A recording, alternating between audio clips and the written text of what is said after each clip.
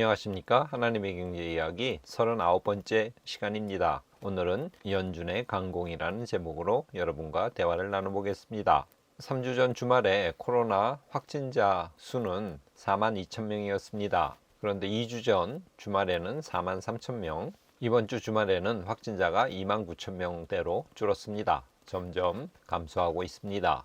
정부는 26일 오늘부터 실외 마스크 착용 의무를 전면 해제했습니다. 국민 97%가 코로나 항체를 갖고 있다고 합니다. 우크라이나 전쟁 이야기입니다. 천연가스 등 천정부지로 치솟고 있던 에너지 값이 정점을 찍고 지금 하락 중입니다. 푸틴 대통령의 강력한 무기였던 에너지 가격이 떨어짐에 따라 푸틴의 힘이 점점 약해지고 있습니다. 21일 현지 시간으로 러시아가 예비군 동원령을 내렸습니다. 여기에 화가 난 국민들이 전국적으로 시위를 벌이고 있습니다. 부동산 이야기입니다. 서울 아파트값 17주째 계속 내리고 있습니다. 10년 만에 최대 폭의 하락이라고 합니다.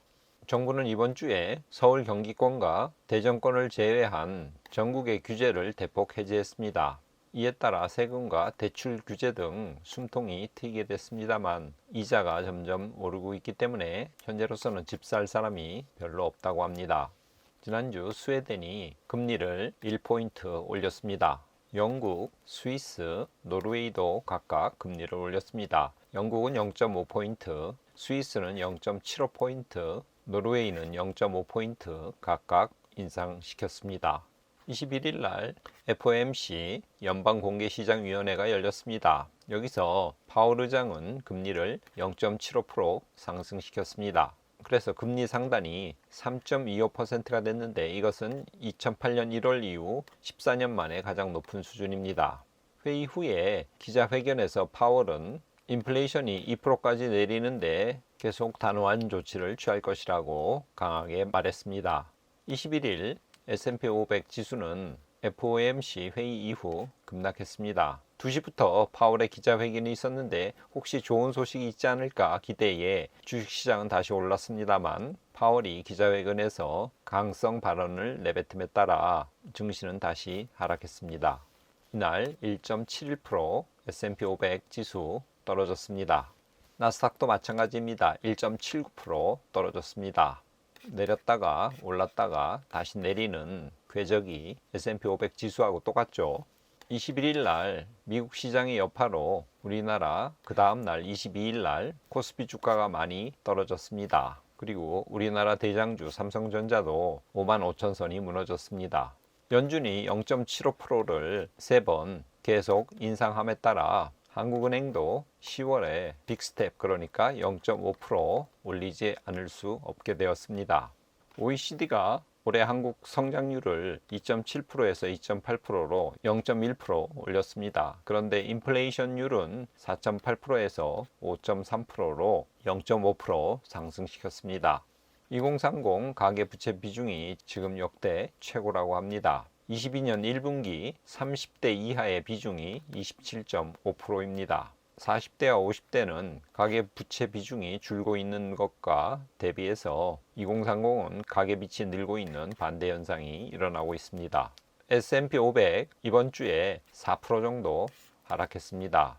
연초 대비로 보면 23% 떨어졌습니다. 지난 6월 전저점 3660대가 지금 깨질지 말지 기로에 서 있습니다. 지난 주말에 3693포인트로 끝났습니다.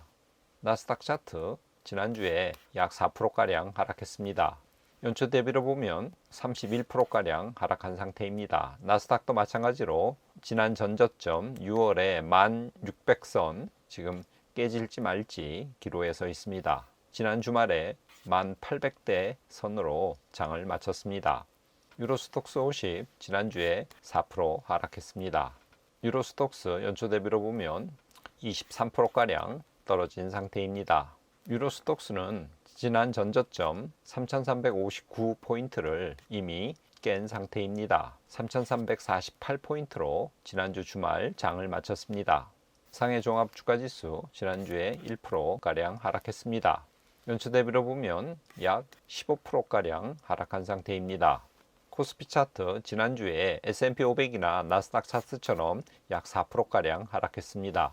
연초 대비로 보면 지금 23% 떨어진 상태입니다. 코스피 차트도 지금 지난 6월 전저점 2292포인트를 깰지 말지 기로에 서 있습니다. 수치로 보면 2290으로 지난 주말 장을 마감했습니다. 그러니까 2포인트 전저점보다 아래로 내려와 있는 상태입니다. 비트코인 지난주에 약 3%가량 하락했습니다. 연초 대비로 보면 지금 비트코인 60% 떨어진 상태입니다. 미국 10년물 국채금리 6개월 차트입니다.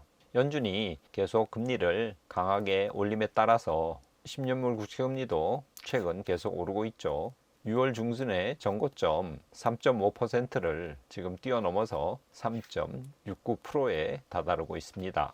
연준의 금리 정책을 실시간으로 반영하는 미국 2년물 채권 금리 차트입니다. 6월의 전저점을 훨씬 넘어서 지금 4.2포인트까지 올라갔습니다. 연준은 올해 말에 정책금리 상단을 약 4.5%까지 올리겠다고 시장에 암시해 놓은 상태입니다. 금리가 계속 올라갈지, 그리고 내년에 이 금리 상단이 어디까지 될지 시장 참여자들은 모두 여기에 관심을 쏟고 있습니다. 금리가 올라가고 미국 달러도 지금 계속 강하죠. 그에 따라서 금 가격은 지금 계속 떨어지고 있습니다. 그래서 지난주 1655불 선에서 장을 마쳤습니다. 텍사스 원유 가격 계속 떨어지고 있습니다. 지난주에는 배럴당 78불 선까지 내려왔습니다. 미국 달러 인덱스 6개월 차트입니다. 계속 높아지고 있죠. 전고점 110에서 조금 내려가는 듯 하더니 다시 올라가서 지금은 113포인트에 이르렀습니다. 하나님의 경제 이야기 39번째, 이번 주는 연준의 강공이라는 제목을 붙여봤습니다. 21일 연방공개시장위원회 FOMC 회의에서 연준은 금리를 75bp 인상했습니다. 그래서 금리 상단이 3.25%에 이르렀습니다. 이는 2008년 1월 이후 최고금리입니다. 금리가 연말에 앞서 말씀드렸던 것처럼 상단이 4.5%에 이를 것으로 예상하고 있습니다.